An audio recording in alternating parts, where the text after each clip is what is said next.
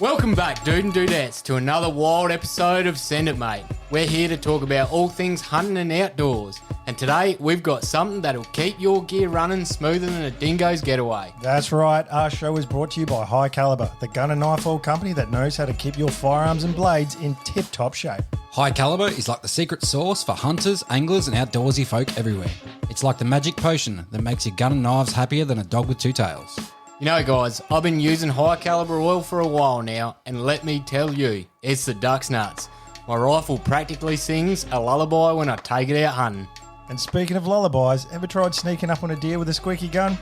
It's a prime way to end up with no venison in the freezer. You'll be hungrier than a vegan at a bacon festival. Absolutely. But with High Caliber oil, your gun will be quieter than a ninja in moonlight. You'll be stalking your prey with the grace and stealth of a mountain lion. High Caliber doesn't just keep things quiet, it also prevents rust and corrosion, so you won't find your gear looking like it spent a season at the bottom of a creek. That's right, and for you knife enthusiasts out there, High Caliber has got you covered too. Your trusty blade will slice through anything smoother than butter on a hot biscuit. So, folks, don't let your gear become a rusty, squeaky mess. Head on over to highcaliber.com.au and grab a bottle of their oil today. And if you use the code SENDITMATE at checkout, you'll get a special discount. I say again, use the code SENDITMATE for all your oil slick, stealthy hunting needs. Thanks to High Caliber, you'll be sending it in style and silence. So, gear up, oil up, and send it, mate. High Caliber, the ultimate oil for the ultimate hunter.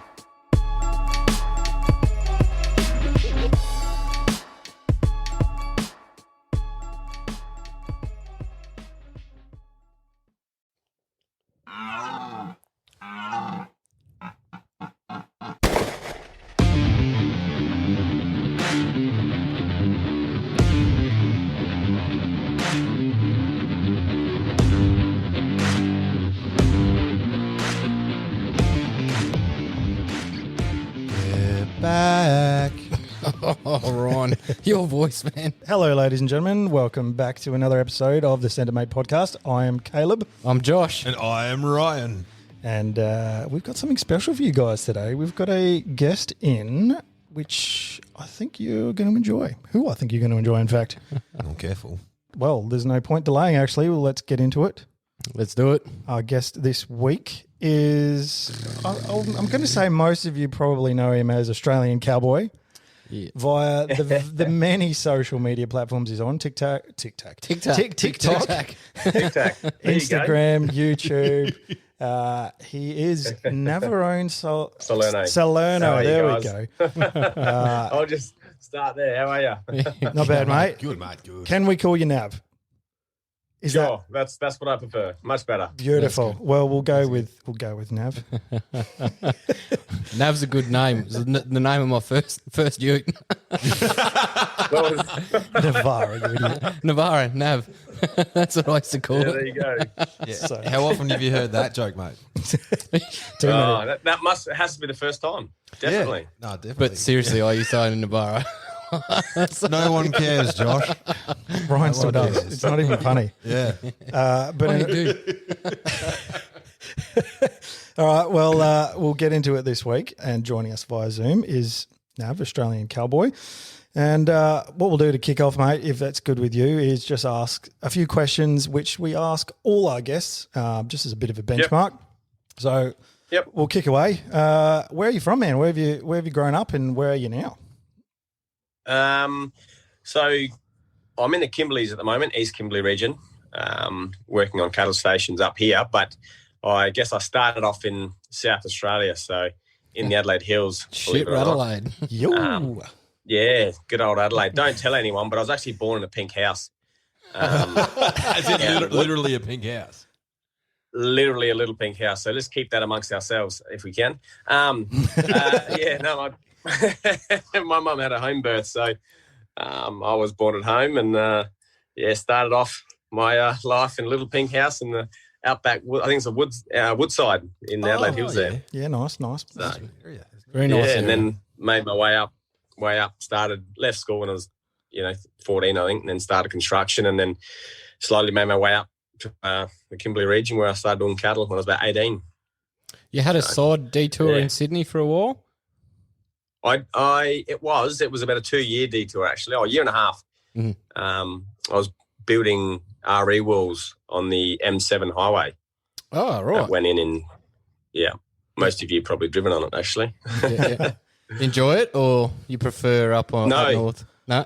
God no, it was a good start to the job career, and it gives you a lot of life experiences and dealing with people a lot older than you, and hands-on experience. I guess you'd never not use those sort of skills, whether it be concreting or building walls. All the machines you get to use. So yeah, good start. Oh, nice one. Good way to save a bit of money. You ever drive down the road with people in the car and be like, I built that? I never ever do that. I'm terrible for that.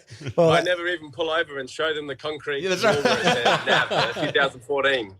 Who would do that? everyone, of course. Well, that's actually a good lead into another question, which is, what was your first job? Was that indeed your first job, or did you do something else? Yeah, no, my construction would have been my first job. I left school at 14. So I wasn't doing too well at school, so there's no point in me staying there, and then started construction. So just told everyone I was 16 or 17 and they let me work. So, well done. Yeah. There you go. Right. And then it went from there. It's a young age, man. To start work. Nice one. Now, what's your favourite food? Favourite food? Oh, that's a... Can I just say meat as general? A lot of people do on this podcast. Yeah. Favorite cut. I mean, you have to be. I'm a butcher by trade. I mean, I've got to. I mean, I do like my desserts and sweets, but overall, I was going to say, shouldn't it be your biltong? Because you make a fair bit of biltong, don't you? Beef jerky. I do make biltong, but mostly beef jerky. I seem to be known for beef jerky through the army. All the soldiers that I go to, because I do a bit of stuff with the army, they buy 5 or 6 kilos at a time. So there's periods I'm making 30, 40 kilos of beef jerky. Yeah, it's true. I got to admit, that's a lot of. Yeah, it's a shit ton of beef jerky.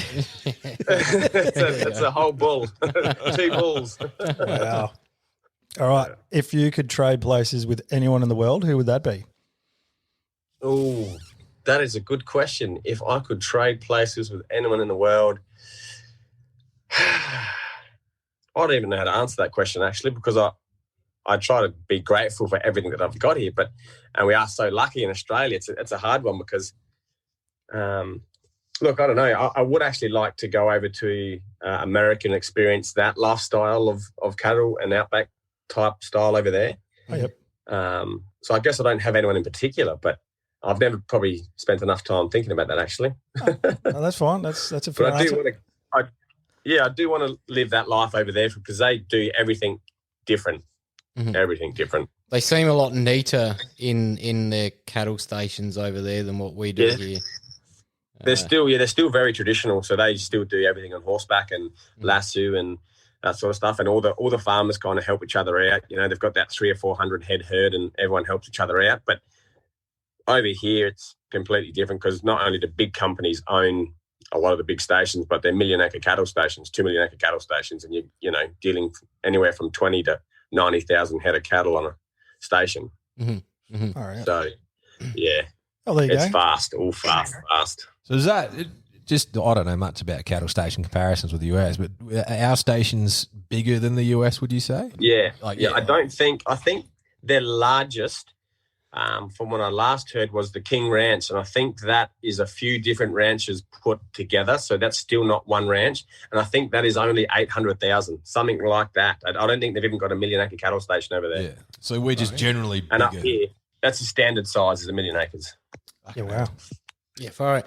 Like, I got to admit, I've seen a couple guys running the bulls down and that in up north, and the way they do it, it just seems so fast paced and just intense, man. Yeah. Like really, really intense. Actually, it looks quite enjoyable. I'm sure. If you're an adrenaline junkie, it's definitely the job you'd want to get into. Well, I mean, because the cattle have never seen humans before, so nowhere else really on the planet do they have enough space that they never see humans. Yeah. So when they do, they're just as wild as any other animal and will defend themselves just as much as any other animal would by trying to rip you apart with their horns. So it's flat out. I've heard the guy that's got a time to the tree, because don't you Don't you put them in that sort of, there's like this bracket, you drive up close to them, the bracket closes over. Catcher arm? Yeah, and then someone ties them to a tree? Yeah, definitely. There's a few ways to catch them. So that's if you've got land where you've got some open country and you can afford to have that arm on, that catching arm, which comes out from the bonnet, hydraulic arm that basically wraps around their head, drive them to a tree, tie them up. Up here, we don't really have a lot of big flats to be able to drive those big cars around because you just fall in a hole or hit a termite mound. So we use quad bikes. We still use a ball catcher, but you basically drive up alongside them and then grab their tail and then you pull them down. Oh, so you're running behind them. You jump off the bike, pull them down, tie their back legs up, and then the bull catcher will come along or someone will come along and tie a rope to him, to his horns, untie him, let him stand up, and then tie him to a tree. So it's slightly different, a bit more dangerous, but you can get into the thick areas without needing, a chopper to push them out in the flat. Yep. Yeah, right. There you go. Huh. All right, let's keep moving. Nav, do you have any kids? No, I don't actually. Not yet. Fair enough. So you do want some down the track? Oh, definitely do. Nice one. All right. I need someone to look after me. Well, just as a side note to that, and looking after you, you've got a bit of an injury to a wing there. How did you injure your arm? It's not even not even a good story. So I was, a big bull was chasing me. Then I got pushed in the water with a giant crocodile. I had to wrestle him with one arm. And then a hoop snake came and tripped me up. And then I hurt my shoulder. Oh, that's an average Something day. like that. Average day. No, actually, I was actually chasing a couple of Mickeys and with a quad bike. I was chasing them and I saw them hop over something. And I thought, there might be a log or a washout there. And I slowed down, but I bloody couldn't see it. I actually fell into a hole. So with a quad bike. Oh. We got a big 700, so it's a Yamaha, so it's a very heavy bike. And I tried to lift it out by standing in the hole and lift it by the bull bar.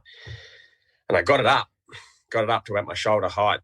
And I reached with my left hand to touch the accelerator so it would reverse because I accidentally left it in reverse. So when I let go with one arm, I could hear my what sounded like my shirt was tearing. And my shoulder was getting very hot, and I got it out, and then later on realised that was my tendons snapping in my arm. They just tear. It sounds like cloth tearing in your arm. It's just like tear, yeah. So, ouch! Rookie mistake. Rookie. So I just had surgery 3 weeks ago. So yeah, fair enough. So you got to rest it up fix for a them all while. up. Yeah, 2 shoulders. 4 months. I'm sure you've done a lot of dangerous things, but what is the most dangerous thing you've ever done? By mistake or on purpose? Well, either or. I mean, a lot of our answers to this question have been both. Look, bull catching's probably up there in one of the most dangerous things you can do because you get flipped over, you can crash the bike, the bull can. I've seen people get crushed and. By a bull and they had gutted by a bull or but I guess on accident the most dangerous or stupidest thing I've done, I'll go that way. I was fishing for barramundi up on the lower Ord River, down the lower Ord River, so it's got like the most crocodile infested river in the Kimberleys. It's just ridiculous. They've got cattle station on both sides, so these crocodiles are all 4.5 to 6 meters long. Like they're just giant dinosaurs. But you get the good barras there. And I was on this bit of a high bank and it was my first time out that way fishing and hooked up to about 600 bull sharks. So it wasn't a very good night. And I was with a heap of Indigenous fellas and the old lady there, she said, there's something on my line. And she's pulling her line in and there's a whole front leg of a cow attached to a hook. So a crocodile must have been taking it up and it's hooked onto her line and dragged along and then hooked it and she's pulled it in and then all of a sudden this crocodile's come up right in front of us. So it's about a 2 meter ledge and it's come up right down there and just started smashing this leg. And then another crocodile came in that was even bigger than him and smashed him to take this. We're all watching this at 1 o'clock at night, so it's past midnight. And after we saw that, we thought, I think it's time to pack up because there's too many crocodiles and this is too dangerous. Anyway, I reached down for my hand line because I fish with hand lines up here so I can pull them out of the water before they have time to jump. And this giant meatery barra has jumped out the water, unhooked itself and landed down there right on the edge of the bank. So its head's just out of the water. Like it's half its body's on the bank and the rest of it's in the water. And this is my first ever meatery barra that I've ever seen. So this is a few years back there, and I just panicked and jumped in. Jumped into the water. So I was at knee deep, and then any further back, and I'd just be in head deep water, so very deep water. And I've grabbed it under the gills and tried to lift it to throw it up over the bank so I could jump out again, not realising that these things are 25, 30 kilos. Like these things are so damn heavy that when I went to lift it, I couldn't get it up. And then everyone's yelling at me, get out the water, get out the water, get out the water. And I was like, grab the fish. And they're like, drop the fucking fish, drop the fish. Now crocs are coming, because they've got their head torches on. They're just seeing red eyes pop up everywhere as this fish is splashing and I'm splashing into the bank right where the crocodiles just were. So I didn't let go of the fish, but my friend, he reached down and has grabbed me by the arm and lifted me up. And I thought, I won't be able to lift this fish, so I'll let go of it. As I've let go of it, I've just felt this weight hit in my leg, like a pain into my knee, and then like the whole weight of something was on my hip. I just felt like my leg was getting ripped out, and I thought, crocodile's got me. I'm done, like he's going to rip me out of Edmund's arms or hand, and I'm just going to be flung back into this water and disappear. Yeah, well, anyway, I land on the bank, and I'm like, oh, my leg's still intact, but I felt really sick, like something bad had happened. And when I dropped the barramundi, on the back of the barramundis, they have these giant spikes, like probably 10 to 15 centimetres long, like huge bony spikes. And 3 of those had gone down, stuck into alongside my knee and into my calf. And so I'd actually lifted the barramundi out of the water with my leg. And that's what that weight was. And that's what I felt pulling on my hip. So, look, I still got, it was a metre, I think it was 1.6 metre. So my first meatery barramundi. But the old lady came up to me and she was very serious and she said, like, don't ever do that again. Like your mum would not be, like she was very serious. She said, your mum would not be happy with you. And it's true. Like it was a silly thing and I just got caught away with the moment and did something that could have basically ended everything. So it was a bit stupid. And I Hang on. constantly trying. Was it worth it? Yes. I think it was worth it. But you paid the toll. I don't think anyone else agrees with me. Look, I constantly try and remind myself of that and go, don't be stupid, Nav. Don't be stupid. Don't do that again. But it's possible. It's possible I will. There you go. All right. What is the best piece of advice you've ever been given, Nav? Best piece of advice I've ever been given? That is a good question. Let go of the barramundi. Let go of the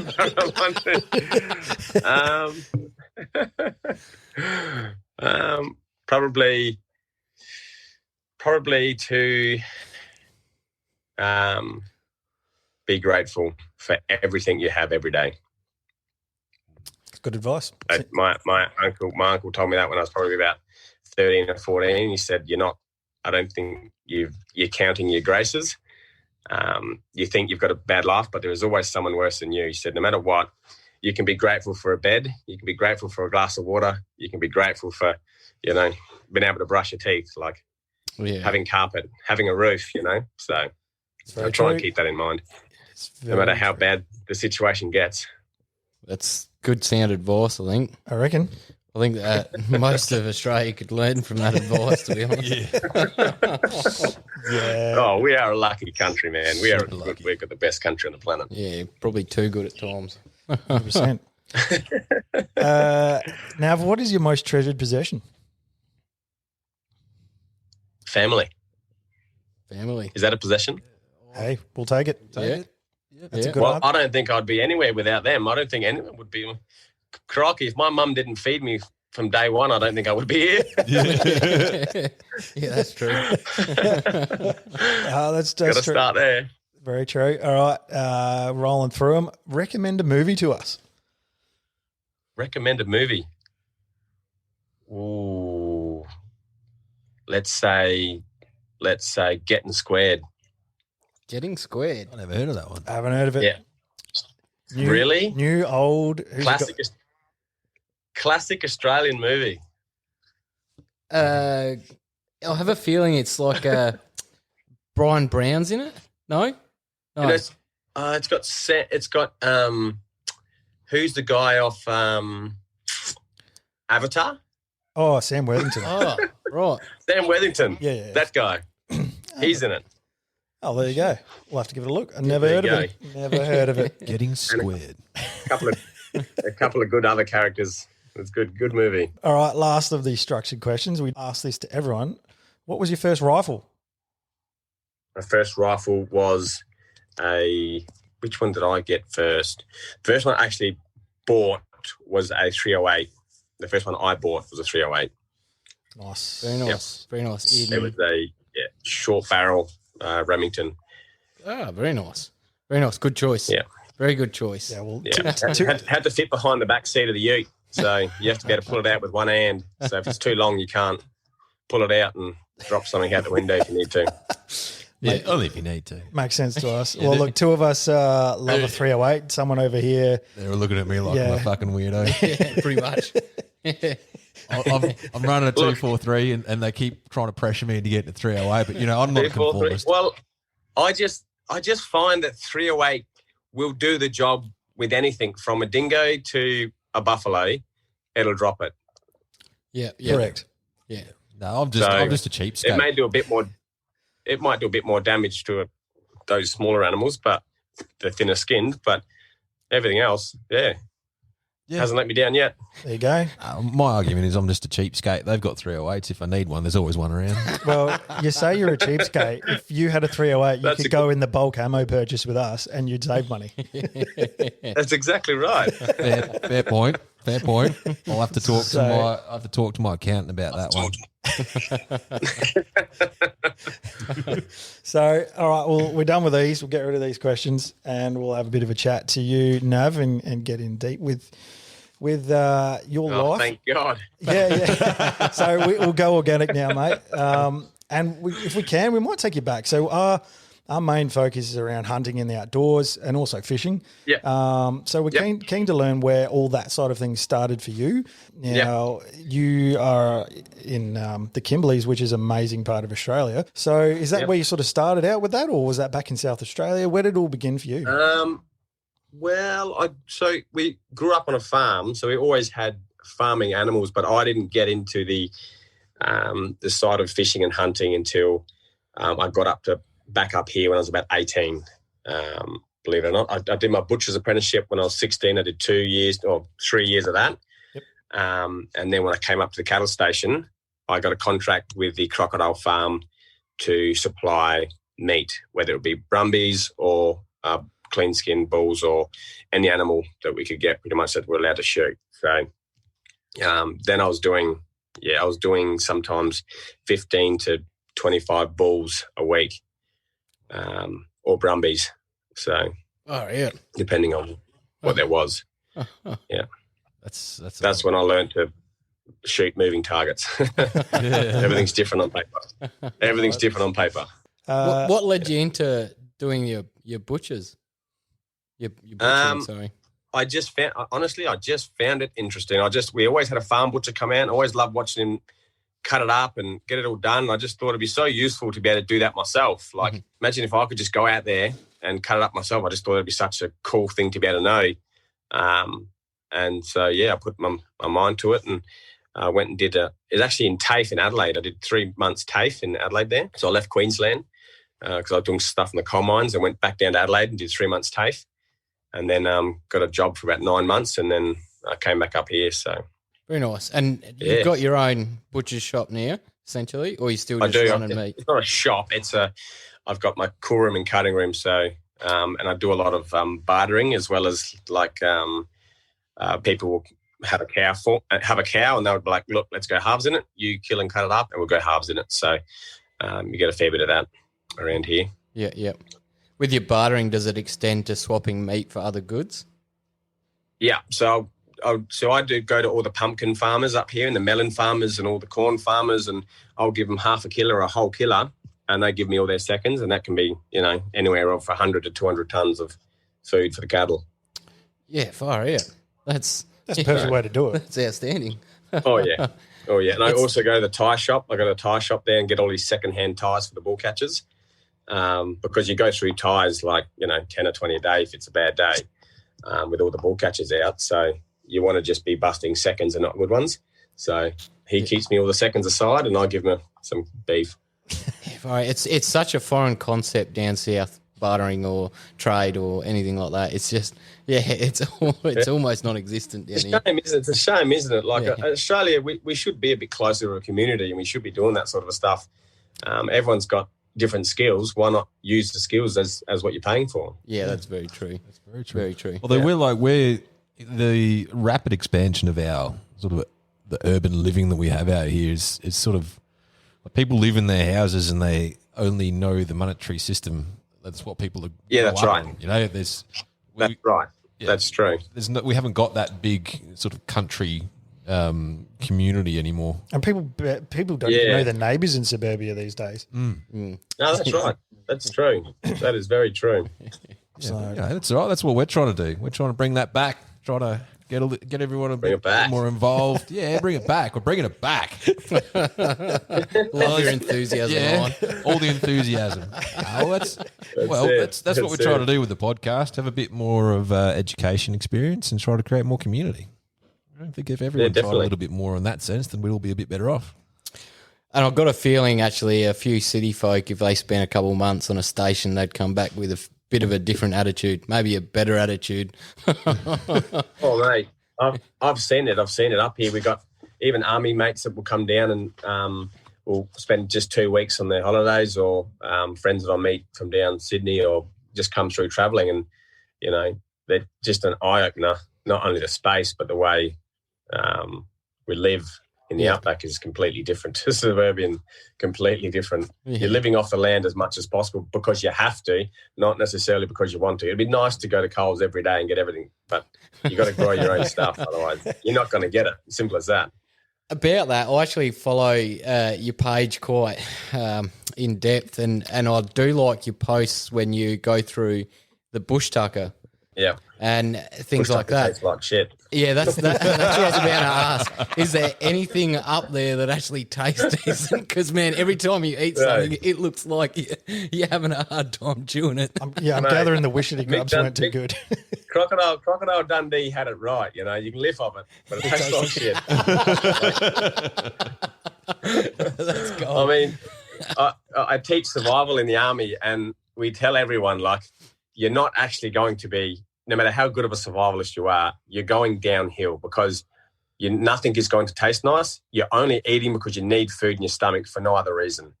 So you're just a matter of how long can you stay alive for, because you're going to slowly starve. Even though you put grubs in and anything else, nothing really tastes nice unless you can somehow get berries.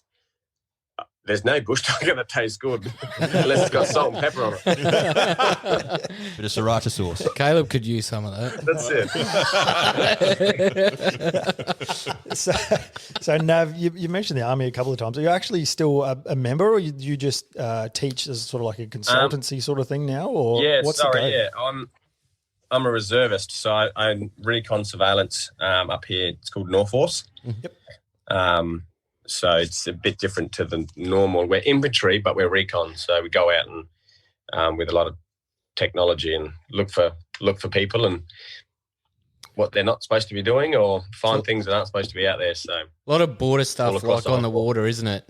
A lot of it is on the water as well, in boats. So we're out there as well doing that. Yeah. But I mostly teach in the survival wing because that's my passion, I guess.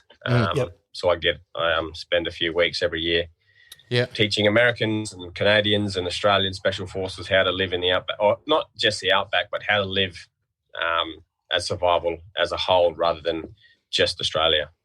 Yeah, yep. I've met some Norforce guys before, actually. They're pretty switched on with that sort of stuff, man. I'm ex-Army, 5-7, and then 5 and then 7. Anyway, Oh, we're just chocos, so it's Oh, you used to put in some hard yards, man. Definitely. What's a choco? Why is it called that? chocos. Wait, you want to answer that or shall I? No, you can answer that, man. Chocos. So chocos. I think it was World War II when they had chocos, and it was the reservist would go into like you would hear it on what's that movie Kokoda Trail. Oh yeah, you hear it on the Kokoda Trail where the reservists came to help the army, and what they say is the reservist will melt in the heat of battle. So they call us chocos. like chocolate. Yeah. Chocolate soldiers, supposedly. Melt in the heat of battle. And that's where the whole myth was proven. That's where the whole thing was. The chocos made a stand and basically showed the army that they were just as good as the full-timers. So that's what I reckon. Well, mate, I know some full-timers that would melt in the sun. So don't worry. I think I had those on my survival course, actually. How do you go? Like, if you could compare the Yanks to the Canadians and the Aussies, who do you reckon fares the best? Oh, probably shouldn't talk out of line here about my own country, but crikey. Oh, we struggle. The boys that they put on. I tell you what, we did a course with a heap of them and heap of Americans, Canadians, and the Americans sent like, my God, these guys were just units, and we're not giving them much food. We're not giving them much food at all, so they have to slowly start to starve them. Each day there's less and less food until they're not getting anything and they're living by themselves. And these guys are still setting up chin-up bars and pumping out chin-ups every morning, every afternoon. Yeah, it's like, boy. what the hell are you living on? Like, whiskey and bad choices, man. Mate. I tell you what. Who out of everyone that you've worked with, who in Australia has adapted the best on your survival courses? The best would be who would do the best? Probably some of the old. It's surprising if they're older. I think the older people, they kind of seem to be able to put up with hard times and hardship. It's like they've been through a lot more of them, so they kind of expect it and know that it's just a hard time and it's not a big deal. A lot of the young fellas that come through, and I'm talking like early 20s to mid 20s, like, which is silly, but they just think it's too tough. I'm quitting. Like, this is too much. I'm going to stop. And it's like, well, mate, it's only 2 weeks, or 3 weeks. Like, it's going to end. There's an end in sight. It's not like you don't know when you're getting out. Like, just hold your breath, basically. Just hold in for a second. Like, suck it up. But they're just so not used to having that hardship put on them and those feelings of hunger. Like, who really goes for longer than a day without eating? Like, never. That's not something you would ever experience. Yeah, very often in your day-to-day life. So that's something they're trying to deal with mentally as well as physically, is what is this feeling that I have to put up with 24 hours a day, and I'm sleeping on the ground, so I can't sleep very well. So it's not like you get a reprieve from the feeling of hunger. It's just always there. Do you see that as a bit of an issue? I guess if you've got those generations coming up that don't know what hardship is, I mean, just hearing the stories about yourself and what you do out with work and your survivalist stuff, you're sort of on a bit more of the hard ass part of the spectrum, I would say, compared to. Well, I think most country people and outdoorsy people are deal with or find themselves in those situations. I think, like, even you guys would have fucked up and found yourself in a situation where you didn't want to be there, and you're going to have to just deal with it until you get out. 100%. But I think that the way the world's going is we're forcing everyone into this routine of basically social media and everything at your fingertips, and there's no need to be uncomfortable, where you do need to be uncomfortable a certain amount to be able to get used to the troubles that come up in life. It doesn't matter who you are, you're going to struggle. And if you haven't had that experience growing up, it knocks you a hell of a lot more when you're older, a hell of a lot more. Yeah, I think so. Something that's quite prevalent, certainly in the generation probably below us, is that they've got a really easy life. So they go in search of the problems, which is why I see so much of this looking for problems and offence on social media and online. And I think something that would be good for a lot of people is to experience some hardship, or even something simple like getting bogged and having to get out of it. Yeah, that's right. One, there's usually and having. Well, yeah, sorry. There's usually an amazing story that goes with it. You can tell all your mates. Always. And you've overcome some adversity. Josh bangs on about it all the time, about how that creates the best stories in life. It does. You don't talk about when you watch the footy on your couch at home with the aircon on, or do you? Yeah. That's exactly right.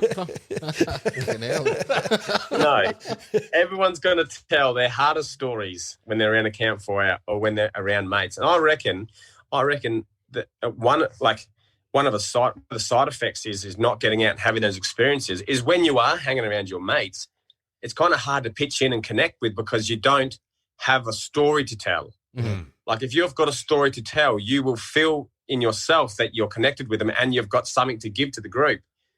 Like you might not realize it, but I think it does have an effect on the emotional or the mental health of younger people these days that don't really feel like they've got anything to give, in a group. And I feel like they're alone. And it's not because they are alone. It's just because they have not had the experience, that they don't yet have the story to add to, the campfire, whoever it is they're talking to.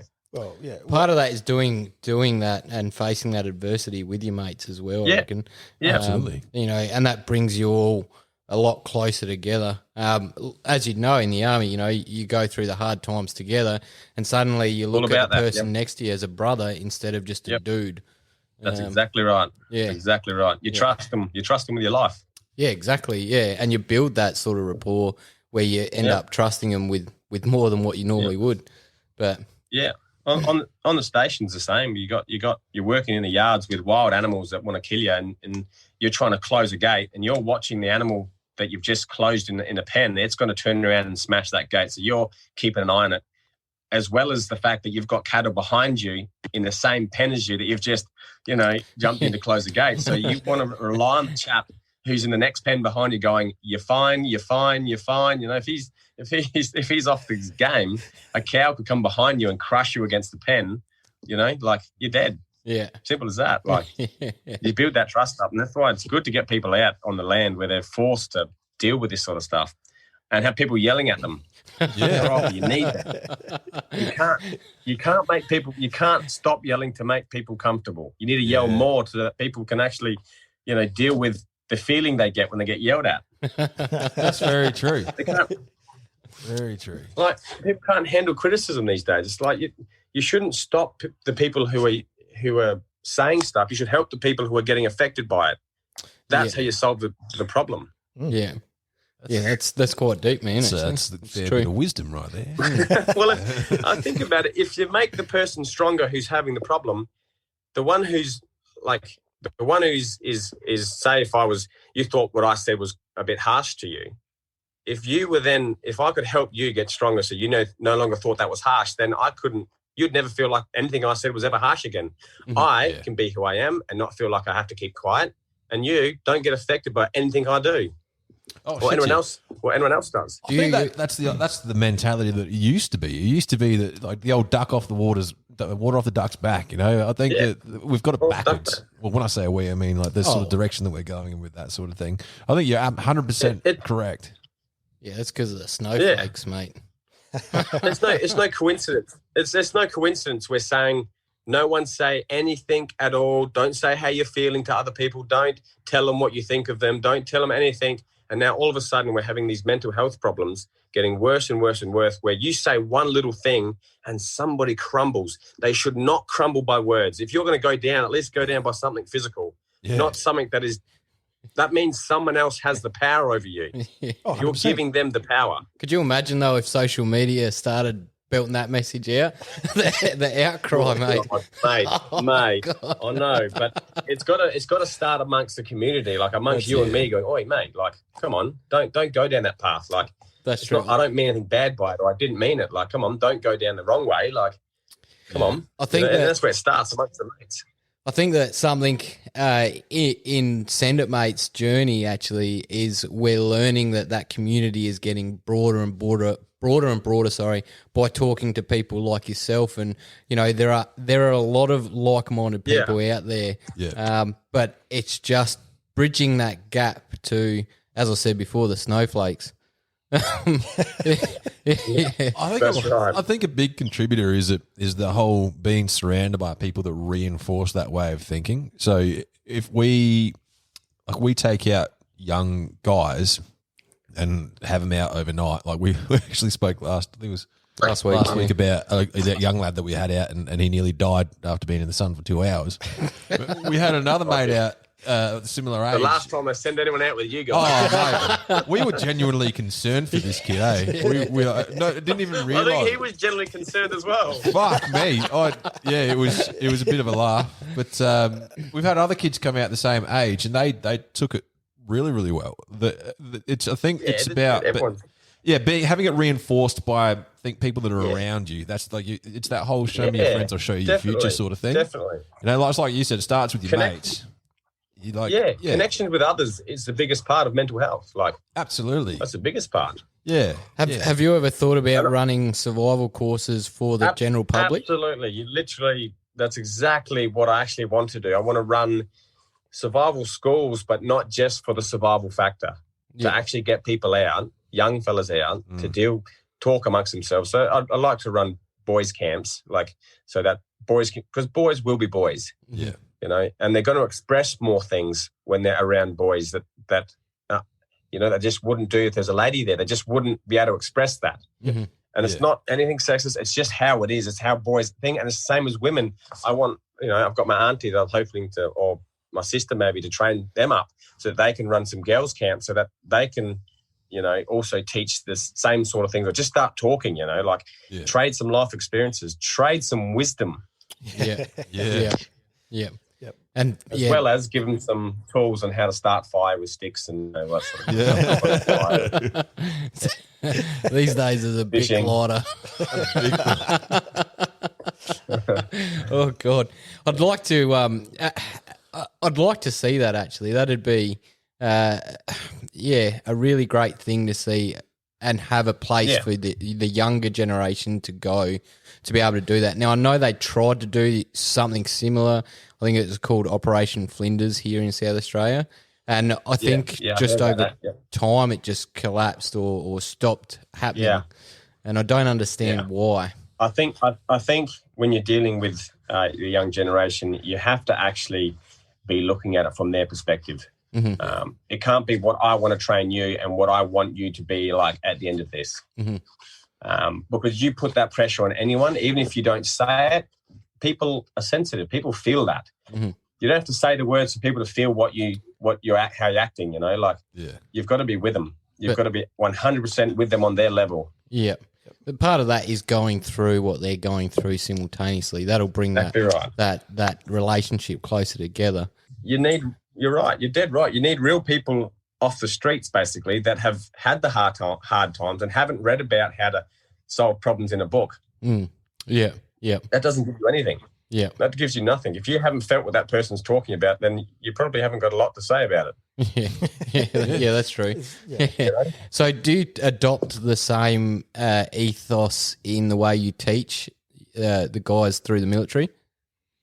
Yeah, definitely. I am more of a pupil than a teacher. I try to be anyway in all of my teachings, because they're going to say all sorts of things that I've never seen or heard before. So, but as well as I've got to teach, you can't be a teacher if you can't learn. So, I hope at the same time. Yeah. So where did you learn these skills? So a lot of them are picked up along the way living with the Indigenous. So I've been with the Indigenous throughout my life a lot. From a very, very young age, and then basically just became part of their family. So I was learning a lot of things through them, as well as just spending time out in the bush. You find yourself in situations that you didn't want to be in, and you improvise and you learn a new skill just because you had to find a way to make a new spoon, or you needed something to get out of and dig a hole, so you made a shovel. You just go, shivers, I didn't know I could do that. That's a good idea, and you remember it. Yeah. And then you learn, and then through the old fellas at the survival courses, a lot of the old tuckers, anyone older than you, listen to them, because they've got more, even if it's one day older, they've got one day more wisdom than you have. That's very true, very true. So one of our favourite shows growing up was Malcolm Douglas. He was a ripper dude. He used to be at the Kimberleys. Something that I remember him doing was making a lure out of an old 303 shell and some plastic bag. Have you ever done anything similar to try and catch barramundi? You would know, Josh. You know the Fred spoon out of the ration packs. Yep. Fred, effing ridiculous eating device. For those who don't know, there's a little spoon. It's about probably 5-6 centimeters long. It's a little gold spoon that you get in your ration pack for, and it's got a little can opener on the side. It's a flat spoon, and I've actually put a hook on that a couple of times. When I was out at the first time I did that was out at Torres Strait, actually, up towards Papua New Guinea. There I was on an island doing some stuff out there, and I got some GTs on a golden spoon. Wow. And then up here with the barras, I've put Lego toys. I've put everything Lego toys in the car. Lego toys. Lego, and it's worked, mate. He makes yellow and blue, mate. He makes a beautiful lure for a barra. Absolutely. Oh God, that's awesome. Works really well. I once used. There was a time where I didn't have anything. I managed to find handline. I found the handline earlier that day, saved it with a little hook on it. Someone else had a snag. This was out north of Broome, somewhere along the coast there, and come across this spot where I just seen an eruption of barras, just like exploding on the water. I didn't have anything, so I used, and in our med kit we had like these tampon basically. So I just tied a tampon onto my hook and using cotton. It's white, and I thought it would do something, and it did. That's smashed outstanding. barras really well, actually. There you go. Anything that attracts their attention. That is outstanding. So all this money that we've been spending on lures. For, boys. Oh, I love it. You can even stop. Lures are too expensive. You can get a whole packet of pack of 20 for $20. Some tampons. Just got to shoot down to Woolies and get some lures. Oh God. So with that, you mentioned barramundi, GT. What other type of fish do you get up there? Up here, you're getting you get the threadfin salmon. Mm-hmm. You get mangrove jack.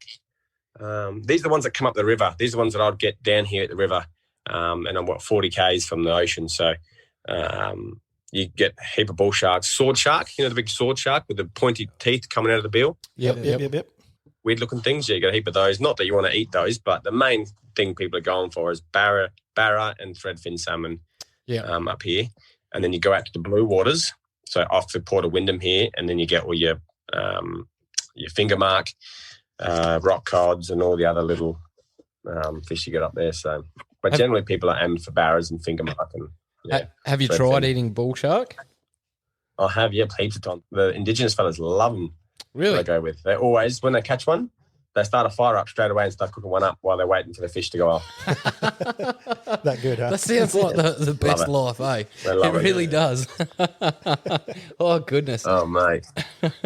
It definitely it comes through, and I've only certainly seen it in pictures, and your Instagram just paints a picture of an amazing and beautiful landscape, and it's like I'd love to see it at some point. Have you actually been to the Kimberleys, Josh, or just Darwin? No, just Darwin, okay. NT region. But the Kimberleys, watching Malcolm Douglas, I've always had like this hard on to go to the Kimberleys, eh? We all grew up on Malcolm Douglas. He's a legend. He's a legend. Yeah, he is. And Bush Tucker Man. Yeah, and Bush Tucker. Have you met with the Bush Tucker Man? Yeah, Bush Tucker Man. Have you met him? Absolutely. Barefoot Bushman. Les Higgins was actually in the survival wing that I'm in now. So he started there. That's where he got his knowledge from. Yeah. Have you met him? So I have met him. Yes, I have met him. I think he's up in Cairns at the Queensland, North Queensland somewhere at the moment. Yep. That's where he lives.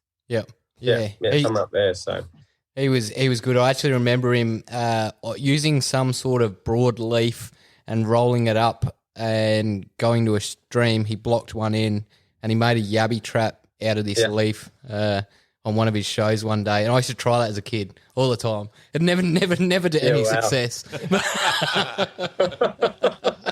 I'd catch a yabby beforehand and throw it in. Nice one. Sometimes on the survival course, we're not really in a good spot for yabbies and or cherubin up here. We do get red claw, but so we'll make traps out of vines and stuff to show them how to make it, and then if nothing's in there by the time the day comes, we'll quickly throw in the opera house, the proper one, catch a couple and throw them in well, see, look, they do work. The poor bastards, they spend the rest of their time at the survival course trying to make a yabby net. It's like, look, don't waste your time on that. You're probably not going to get too much. Try going to set a snare or something. That's hilarious. Oh, God. Have you ever had anyone like with a bigger, like their eyes are too big for their stomach and they've tried to somehow like fashion a lasso and catch a scrub ball?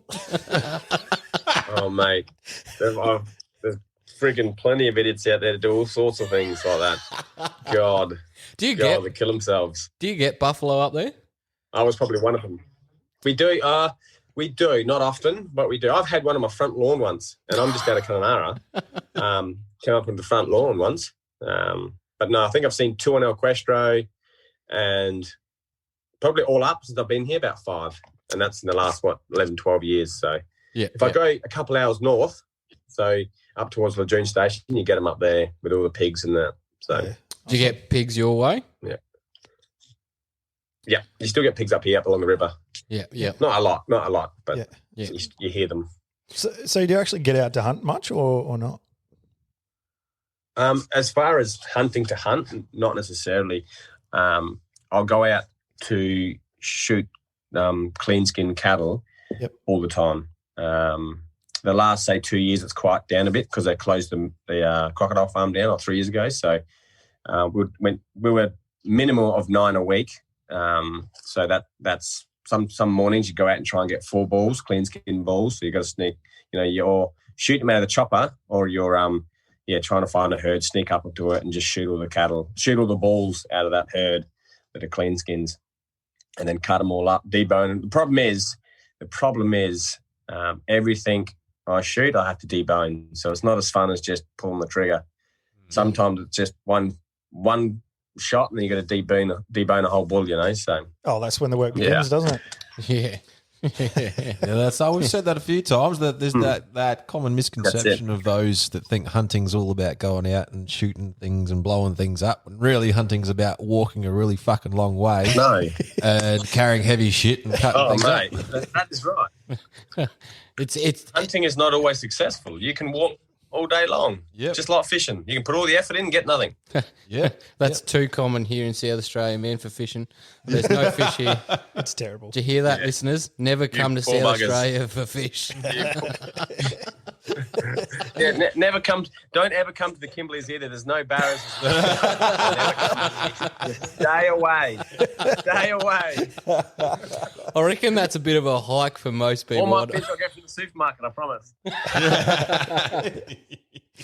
How close is your closest supermarket? How far away? Sorry, is probably better. Put in that. Well, if I'm working on the station where I normally work, it's about an hour and a half away. So it's not too bad. Depends. If you're on the other side of the station, it can be 4 hours away.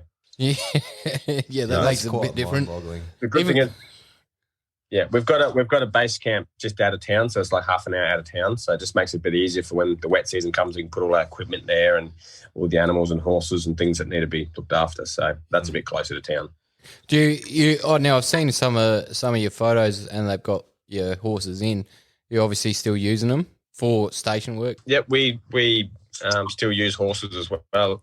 For mostly horses are used for tailing. Mm-hmm. So if you're not into the cattle game, it's tailing is you get all the little weaners off the mums and you train them to basically stay in a mob, and then you move them to a different paddock as one, like droving basically. You drove them into another paddock somewhere else, which might be a 2 or 3 day drove. depending on how far you have to move them all. But you've got to train them. So use the horses to train them to stay in a mob. As one breaks out, the horse will chase it and scare it back into the mob. After a while, they all get used to staying in a mob because they know if they break out, they'll get chased. Yeah, go. yeah. So, Now, can I ask you, why is a ringer called a ringer? Where did that come from? And is it just, the Australian equivalent of a cowboy? Well, actually, no, it's not. From what I've heard, and I've asked as many old fellas as I possibly can about this same question, and the same one, the answer I keep getting is the traditional cowboy in Australia is actually called stockman. Yep. We were stockman. And the ringer that they had on the station used to come from the sheep farm because sheep used to cut off, put the rings on the tails, or they used to ring around all the time. I can't remember the thing, but basically it was like they come from sheep and they start now working cattle. They don't call them stockmen, they call them ringers first. And so you're a ringer before you become a stockman. Oh. And so the whole thing of a ringer originally come from bloody sheep farmers, apparently. And I freaking hate sheep. They stink and they just dumb and yeah, you hit the nail on the head. They're dumb. Yeah, no, Josh has got a couple of cattle of his own. Have you got any tips or tricks you want to ask now while we're here? Does he? He does. I don't even know. What have you got, Josh? They're half a cow. Let them go. Low line Angus. Yeah, that thought had crossed my mind, to be honest. Letting them go. Oh, right. Oh, yum. No, I'm kidding. That's good. Yeah, they're all right. They're just they love pushing got fences. Angus in them. Good eating cattle. That's true. They marble up well, but they're just for really... food. They for food. They for food, are they, or market? Yeah, trying my hand in it. Have you named them? No, it's just a pick number. Nah, they just dinner 1, dinner 2, dinner 3. Steak, T-bone, sausage. Yeah, that's it. But nah, they love pushing fences, and that gets frustrating. Oh, mate. It's like a never-ending cycle. Yeah. It does my head in, actually. Yeah. But you're the same trouble up unless there. you dealt with animals, people don't understand that frustration of how they can possibly get through fences. Persistence. Persistence. As you'll see, if you do follow my page, I'm constantly chasing something, whether it be Finbar, one of the horses have got out, or the freaking calves have got out. It's always something. Yeah. Generally, Finbar. At least you've got the land up there where they can, they're not going to go onto the neighbour's place and they're, causing havoc on the neighbour's place. Eating the roses at your neighbour's place. That's right. That's right. I live in orchard is, country, man, so they get out and they start chewing the neighbour's fruit. It's all bad. Perfect. They love that. That'll be so nice and juicy. And yeah. Puts the fat on them, Will. We have that's right. The problem is up here, some paddocks, if they get out, we keep them in a paddock so they don't go near water that's full of crocodiles. So we've lost horses to crocodiles. So that's not a good situation. Yeah, right. Would a croc take a cow? Yep, definitely. So the lower Ord River that I was telling you about earlier, they lose on average 2 to 3 a day. Oh, wow. Far out. So that's over $1 million of cattle a year. Man, that must be some big crocodiles. Mate, these things, I've got a 5-metre tinny and it's scary driving down the Ord. You always see a floating carcass somewhere, always, like guaranteed. Every time I've been on a boat, I've seen a floating carcass. So they're constantly getting taken. Oh, yeah. And these things are 5 to 6 feet. They're like dinosaurs, like black logs just swimming alongside your boat. You can't be in the middle of the boat enough. Everyone's sitting in the middle of the tinny. Can you get permits for destruction up there for the crocs? You can if you're doing. So when I was doing stuff down there, or when I was doing crocodile collecting, you can. They do give out permits to people who are in dangerous areas. They can have like pistol permits. Or semi-automatics, so you can actually carry the semi-automatic 308s. I think they're the cats, they call them, or SIGs. 30-round mag, semi-automatic. So as quick as you can pull your trigger, basically. And you're allowed Good fun. to shoot the crocs under that permit? Yep. Yep. Under that permit. Yep. Yep. But if you live in the NT, it's like the Texas of Australia. It is just wild. They're so much more fun and so much more capable of doing things with guns than you can't do anywhere else. Here in Western Australia is shocking for. Yeah. Well, I've heard your You laws can't are even quite get strict. an air rifle. Really?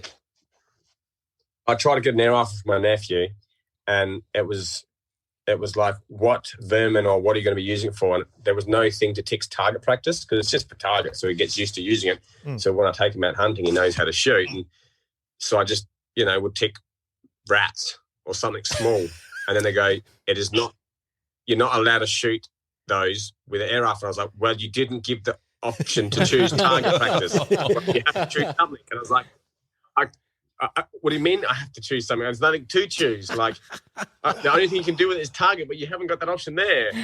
Like, you freaking idiots.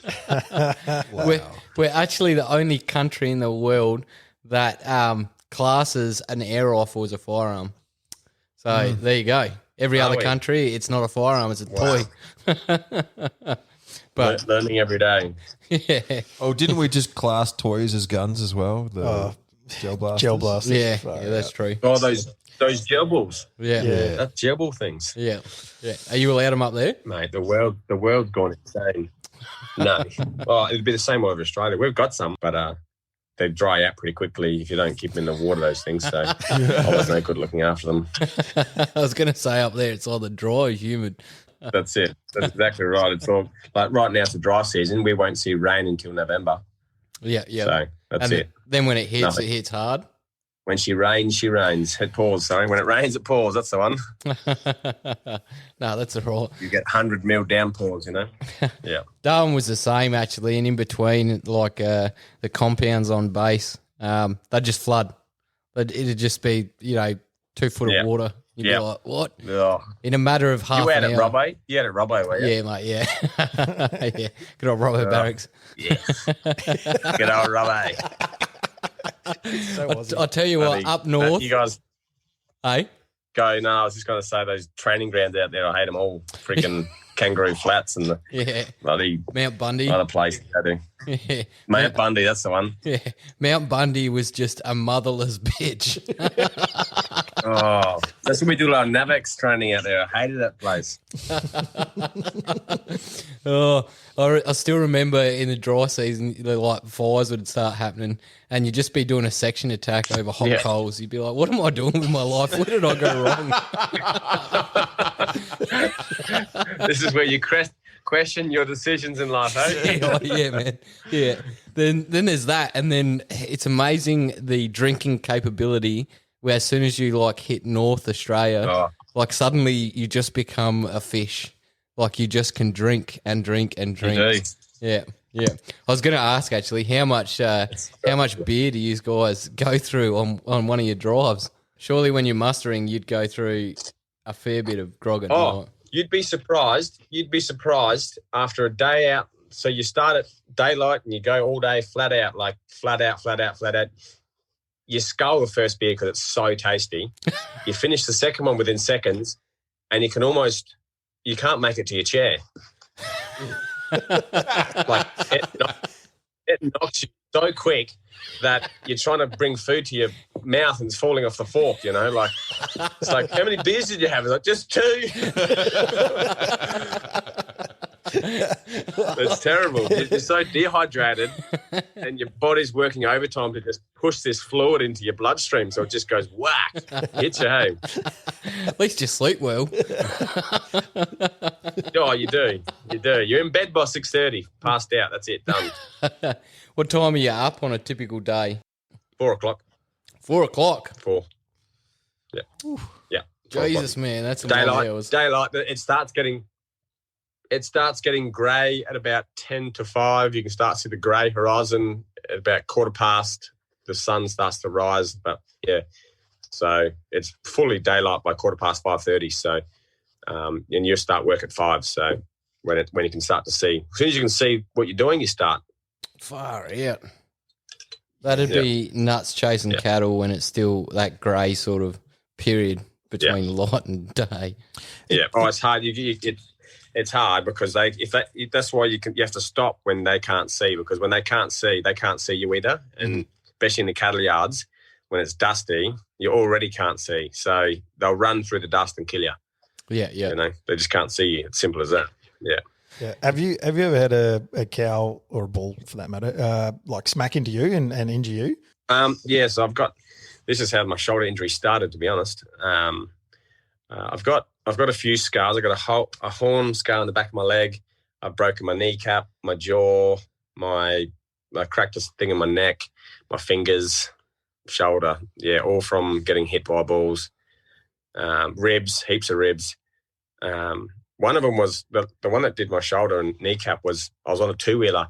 This is when I first started doing cattle, and I thought I was pretty cool and confident with myself. Basically full of myself. Anyway, I was riding, chasing cattle on the side of this hill. It was just really, really rocky. So, and anyone who rides motorbikes will know that when it's that rocky, you kind of just sit it in first gear and you just let it bounce wherever it wants to bounce, and you just bounce over these rocks and try and stay on the bike. And it was about 7:30 in the day. I still hadn't seen any cattle. The chopper, I was chasing the chopper, so you've always got choppers out with you and you follow the choppers, and where they go, you know that there's cattle.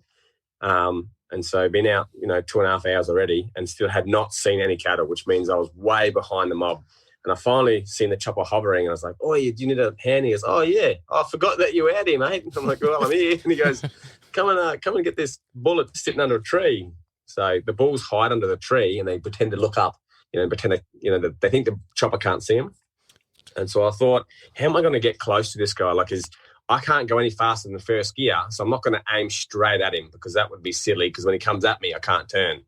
So I'll zigzag towards him. So if he does start to come, I'll just gun it, But by the time I got within about 7 or 8 meters, he stood up and just went flat out, and I tried to get away from him. He hit me in the shoulder, dislocated the shoulder and cracked a jaw, and then sent me flying off the motorbike. And my knee hit the ground first and cracked it straight across the kneecap. Whoa. So put my kneecap in two. Yeah, broke the clutch, which was a freaking impossible to get out of a rocky hill when you've got no clutch, the clutch is broken. So that was fun. And I'm guessing the nearest hospital isn't that close either. I just didn't bother. I just strapped my knee up, strapped the shoulder up, and chuck some dirt on it, and away you go. 3 months until I had to go to hospital. About 3 months later, it was just pretty bad. Yeah.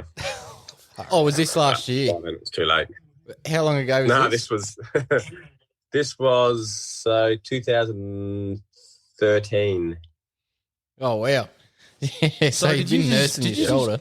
Get up, fucking get on with it. Get yourself out of there. I didn't feel my shoulder that much. That didn't really cause too much pain. It was more my kneecap that just I couldn't bend my leg. So to sit on the bike, I'd slowly bent it, got it on the bike, and then I'd just never take my foot off the peg because I could not straighten my leg out. I just could not straighten it. Once it was bent, that was the position it was staying in all day. Man. All day. That sounds... Yeah, about 4 days, actually. 4 days after I had that injury, I got kicked in the kneecap by a little heifer, a little young cow that just ran past me, and they just kick out sideways, little bitch, and it got me straight in the kneecap. Not even hard, but it was so painful that I couldn't breathe, and I started vomiting. I started vomiting. All the boys ran up to me. They thought I got smacked. They're like, "What happened? What happened?" I was like, "Nothing. I'm all good. I just got kicked." Like, "Well, get up there. What are you vomiting for? You pussy. Get up." just let me cry for a second, all right? Just give me a second. There's the emotional support. Oh, that sounds like a good life. Well, speaking of good life, certainly on social media, it looks like it's a pretty cool life, at least. What made you get into the social media side of things, Nav? Like, it looks awesome. So, like, how did you get into that side of things? A while ago, actually. So I had a mate who came up through the Kimberleys doing a tour guide. He was a tour guide. Yep. And he had a heap of American students with him, and it was a first trip up there with his company, and his job was to basically impress his American high school students enough so that he could then get the job of doing the Outback tours. And he called me up and said, look, I've got these. I need to impress these kids. Can you show me some barramundi or do something to help me out? And I said, yeah, I happen to have 2 days off. So I said, I'll come with you for 2 days and go with them. And had a ball. We caught barramundis and cooking up on fire. And we went out to the station. I chased a few Mickeys with a troop carrier that they were all in, and knocked them down with a troop carrier. Got out. And we cut testicles out, and they had. God, these Americans are crazy. Anyway, they loved it all. And these are wealthy kids that'd never seen anything like this in their entire life. Yeah, wow. And so, yeah, they just said, oh, what's your Instagram? And I was like, oh, I don't really have social media, guys. Like, there's no range out here anyway, so I can't use it. And they said, no, just make one so that we can follow you. And I said, oh, I wouldn't know what to do. It'd be too much of a headache. And I only had, by that stage I still had a flip phone, I think. Oh, no, I had just got a iPhone 4, I think, for my birthday. Oh, yeah. And so yeah, they decided to make me one. They're like, oh, what do we call you? And I was like, oh, just Nav. No, but you're the cowboy, you're Mr. Cowboy. And I was like, you're not going to call me Mr. Cowboy. And they're like, oh, well, you're the Australian cowboy to us. And I was like, no. Do not do that. You do not call yourself the Australian cowboy. That is like, you want to get punched in the head when you walk into a bar? But they were like, no, that's how we know you. And they're like, it's just for us anyway. And I was like, all right, fair enough, just for you guys, why not? And then, my brother-in-law just said, look, Navs, just own it. Like, don't worry about what people think. Just own it and be you and see what happens. So decided to just carry on. So, yeah, and then it slowly grew to people seemed to like what I was doing. So, yeah. Mate, it is good, actually. And you definitely own Aussie Cowboy. That is absolutely wicked, man. Without a doubt. It is Cheers, good. Josh. Cheers, mate. Yeah, you're right. I live vicariously through your life, all right? No, he's not even joking. As you're in quarantine. Look at you guys all rugged up in beanies and jeans. Oh. And I'd be sweating right now. Well, the snowflakes are. I'm in shorts and T-shirt, but anyway. Oh, the snowflakes. It's like negative you got enough 30. covering, it's all right.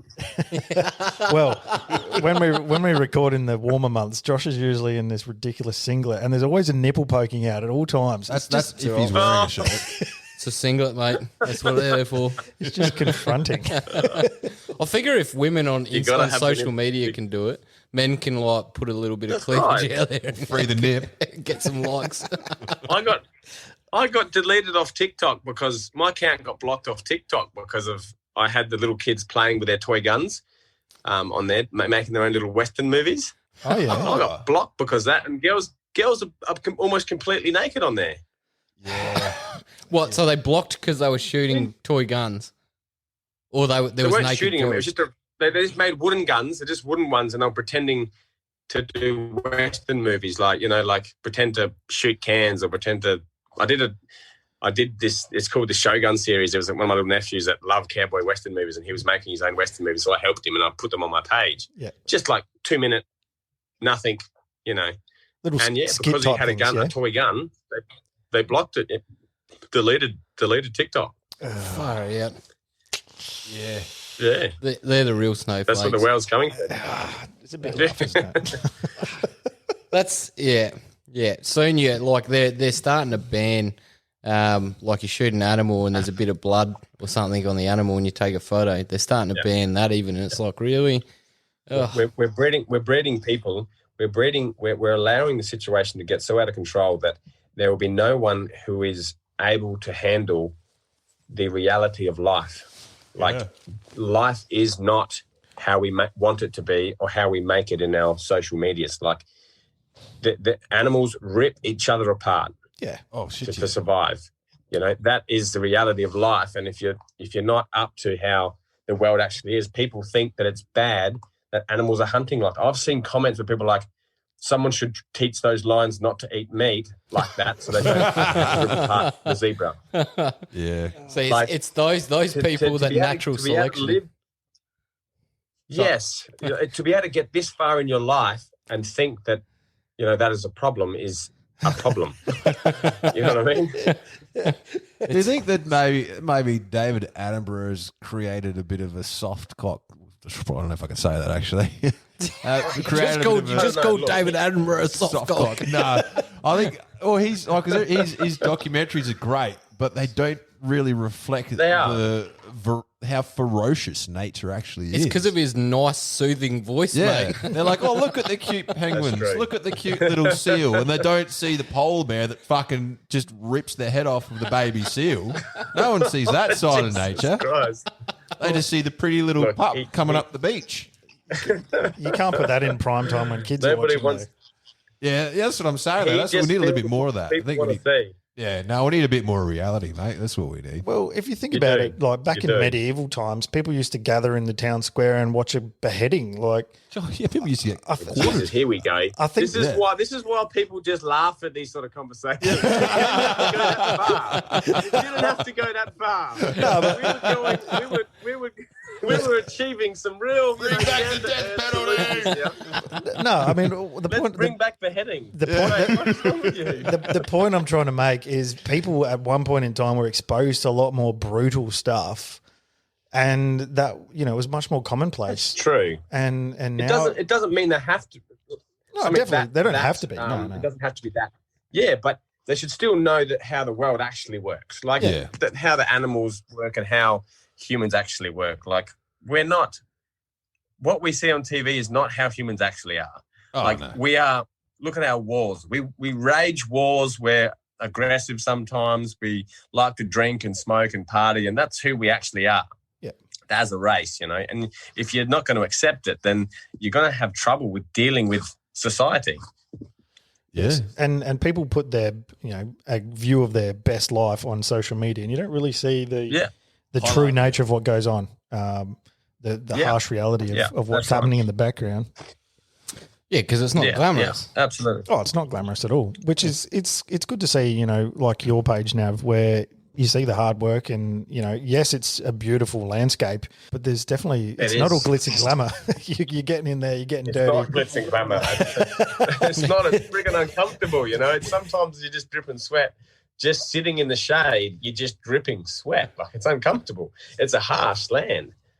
I almost died 4 years ago I almost killed my nephew and myself 4 years ago, which is probably the most scariest time of my life, actually, if I'm being honest. Tell us a bit more Oh, about I was going to say, like, you better Really elaborate on that because it just sounds like you killed your nephew. It sounds like you tried to kill it's your a nephew long story. for no reason. It's a long story. It's a long story of me. I went out with my nephew out to this fishing spot, and we got there. It's mid-November, so the temperatures are about 48, 47 degrees in the middle of the day. And generally, the rule of thumb is you got about 3 to 4 hours without drinking water before you pass out up here in that sort of, in the middle of the day if you're doing something in the sun. So you haven't got long. It's not a day. You don't have a day. You're dead before a day is over if you haven't drinking water in that time of year. So we went out fishing. I got there at about 9:30, and we had a couple of flicks, and it was just this spot that was just on. It was like 7 or 8 fish, bang, bang, bang, bang, within like 15, 20 minutes, esky full.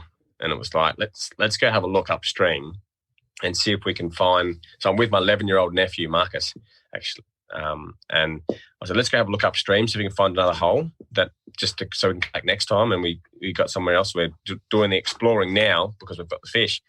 Anyway, went ducking and weaving through the scrub and got to this nice little hole. And we walked probably about half an hour, 35 minutes. So I was thinking I'd gone about 1.5 K type thing away from the vehicle.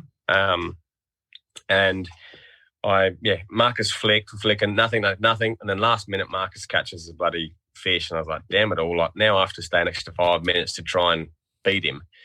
And I couldn't. So about 10 minutes later, I'm looking at the time and I'm like, oh, Jesus, 10:45. We haven't had a drink yet. I'm like so thirsty. I'm really thirsty. And he would be thirsty as well. And we're fishing on a freshwater stream, but it's full of crocodiles. It's so dangerous that we have to stay a long way away from the bank. Like these things hunting, they eat everything that comes to the water. So all the wallabies, all the cattle, that's why these crocs live there, is to eat everything that comes near the water. So it's a very dangerous place to fish. So we didn't want to drink that. I just thought we'll head back to the car and get a drink. And I thought I can't be stuffed ducking and weaving through those trees. So I'm going to head out a little bit, just say, 100 metres away from the creek, and I'll run along the edge of the thick of the trees. And if we just jog back, it'd probably take 10 minutes to get back. Like, won't take long. Anyway, I'm jogging for about, 10 minutes, and I thought I'll head back into the water and to the stream, and the vehicle will be, not far away. And I'll walk through the thick of the trees, and the creek bed's dry, and I get to the other side, and there's an open plain of grassland on the other side. So I quickly turn around and walk back across the dry creek bed, look at where I've just come from. I'm going, hang on a minute. No, the creek should be right here. And I walk back across, and I'm looking at this flat grassland, and it just hit me that, like, I felt so sick. I all of a sudden realised that I've just been running. It's now like, I don't know, 11 or 20 past 11. I haven't had any water in the past 2.5 hours. Like, I'm parched. I can barely breathe as it is. And I've just got Marcus running with me. Ooh. The creek should be right here. If it's not, where the fuck is it? Like, I swear I was about to vomit. Like, it hit me so bad that I didn't know what to do. Like, I didn't want to step. I didn't want to walk. I just wanted to sit down and I wanted it to end. The fear was so bad. I just wanted it to end. And I thought, Marcus, we'll just follow this creek bed a little bit and, just get back to the creek there. And he's like, oh, yeah, no, it's cool. I didn't want to tell him yet that I had no effing idea. Anyway, I started walking on this creek bed and then got to the end of it, and it just dried up. And it was just not dried up, it just was like a false creek bed. It wasn't even a creek bed. It was like a hollow, basically. And then I just went, Marcus, drop the fucking fish. Look at my time. I'm like, it's 11:30. Okay, we've been here since 9:30. All right, so 2 hours. We haven't had any water yet. Which way is north? And I looked up and I was like, northeast, southwest. And I was like, all right, Marcus, we're lost. Drop the fish. He's like, I don't want to drop the fish. And I was like, Marcus, we fucking need water. We don't need food. I'm lost. Like, I don't know which way it is. Which way do you think it is? And he's like, is it that way? I was like, you know what? Let's just try it, because I actually don't know which direction's which. And I've never been lost, ever in my entire life. I've never felt the feeling of not knowing where to go next, ever. I've lived outside my entire life, and I've never, ever felt that. But then I started second guessing everything I knew, everything. If my brain could trick me that much, then maybe I don't know anything. Like, what is my brain telling me? So what I had done is I'd actually started following this creek bed, and I actually started, instead of going straight south, I actually went out towards the east a bit, into a slow curve out towards the east. So when I thought I'll run back north and I'll be back onto the spot I was way out in the open somewhere, nowhere near where I was. And by that point, it was struggling to breathe because my tongue was getting stuck to the top of my mouth, and I couldn't. It's hard to talk. Yeah. So I was trying to talk to Marcus and be like, how are you feeling, mate? Like, how are you going? And I'm panicking that I'm about to kill this kid. Like, if I don't get to water, like, where's the creek? Like, I don't care about the car. I just want the creek. Like, it has to be here. How can it vanish? Like, I'm going to kill him. Anyway, I thought, you know what? I can't be rescued. I'm a survival instructor. So this is so embarrassing. But I'm not going to be rescued because this is embarrassing. Like, I'm an effing survival instructor, And then it kind of hit me as I'm looking at Marcus, who can't breathe, basically can't talk, that, like, my ego was going to get me killed. I was like, what the fuck? Stop.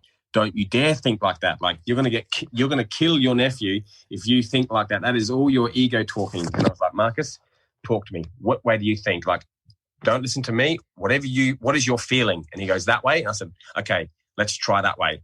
I said, remember this tree that we walked past, this tree here? Like, don't ever forget this tree. We're going to walk 200 meters in the direction that you think, and we're going to come back to this tree if we don't find anything. All right, this is our known tree.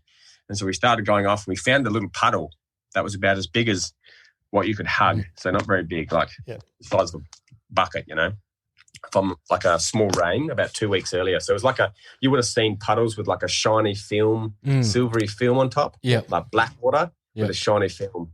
So it's not real good. And I knew, like, you don't do this. And my survival training says don't drink this water. But I've only got a couple of hours before I'm dead anyway. So this will make me sick in 24 hours and diarrhea and vomiting. I've got an hour or two before I pass out and then I'm dead. It's now the middle of the day and we haven't had anything. Like, we're struggling. So we had a couple of mouthfuls and started trying to find a new place. And I saw this old rocky outcrop, and I thought, I remember seeing that when I drove in to the east of me. So we must be in between the river somewhere. Like, it has to be here somewhere. So I just thought I'll head towards that rocky outcrop and I'll find the road at least. And we finally did. I got to the rocky outcrop, but I actually, my lips were burning, my tongue was burning, my throat was really burning. And even when you breathe in through your nose, it like burns your nostrils.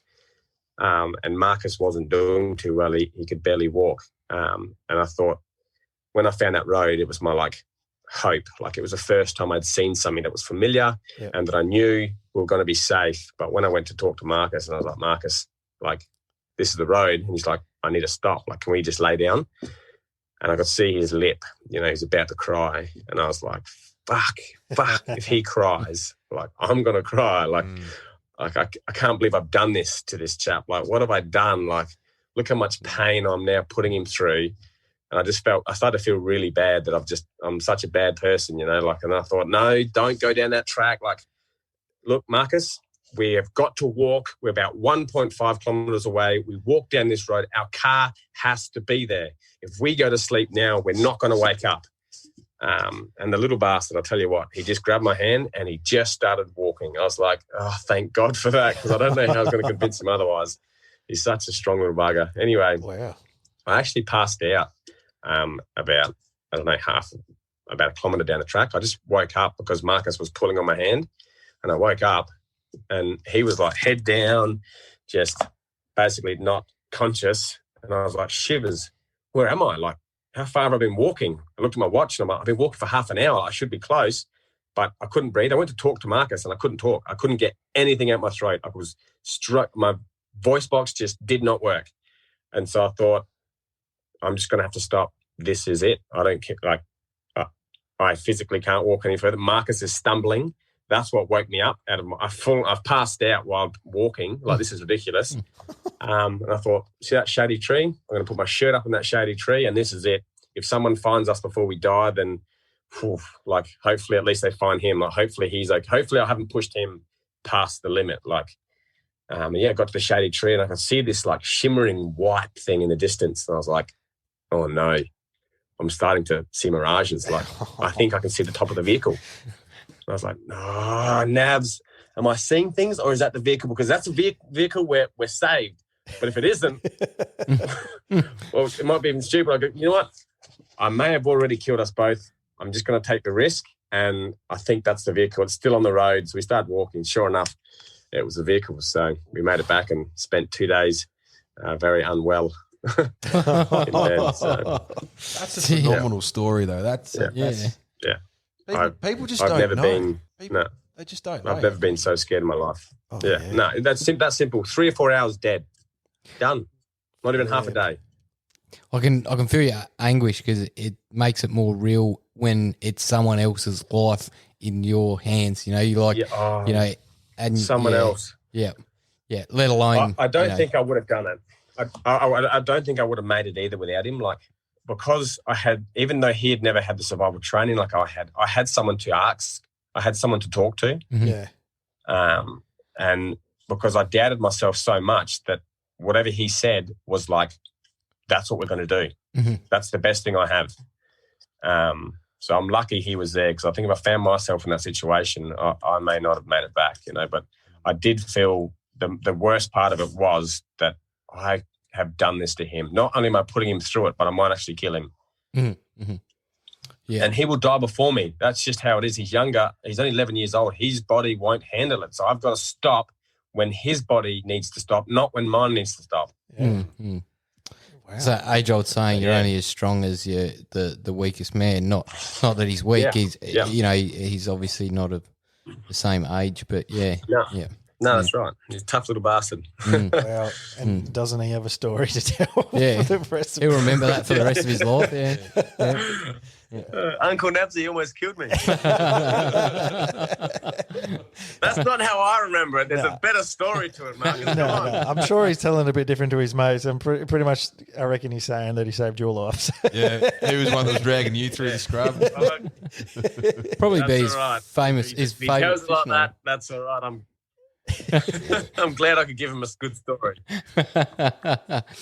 At least you made it out. Obviously, your car had Yeah, water sorry. in it. Pardon? Yeah, well, yeah, we had an esky full of water and ice and everything. It was lovely. I bet. Far out. All right. Well, I think, gentlemen, we've probably reached our natural pause in the conversation, so we might wrap it up and thank Nav for his time. And that was quite a story to end us with. Nav, can we ask how do people get in contact with you on social media? What's all your details there so people can check you out? Yeah, just Australian_cowboy. If you're looking for my Instagram page, otherwise the Facebook is exactly the same, Australian Cowboy, and so is my YouTube, Australian Cowboy. So if you're interested in anything that I do, and otherwise you might want a job up here, you want a hand getting into the lifestyle, I've always got people that are looking for work or some tips about how to get into it. So yeah, ask away. Always happy to help. Beautiful. Hey. Sounds good.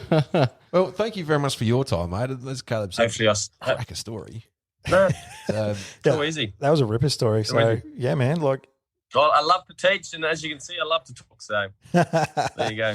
well, you're always welcome to come back, man, if you're interested. So we've enjoyed having you. It's always great to talk to people from all around Australia. So we do thank you. You've been very generous with your time. Definitely. And yeah, man, I think it's probably time of the evening where you go rest up that arm of yours. No, cheers, guys. Pleasure. All right, so pleasure. We'll wrap it up. And Nav, cheers, mate. Thank you. Yeah, thank you very much, man. Yeah. Thanks, bud. Catch up. Cool. Catch you, mate. Right. Oh, it's a wrap. That's the wrap.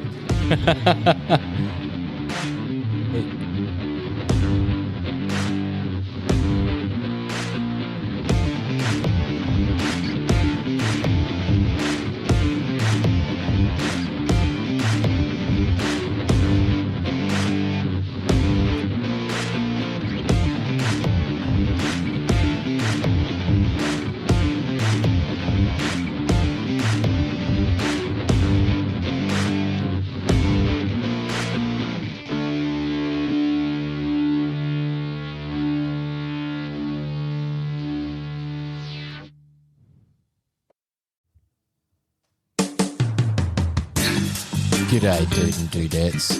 Josh here. Do you find it hard to keep your long, hard barrels free from gun STDs? Maybe you need a clean out of your bore.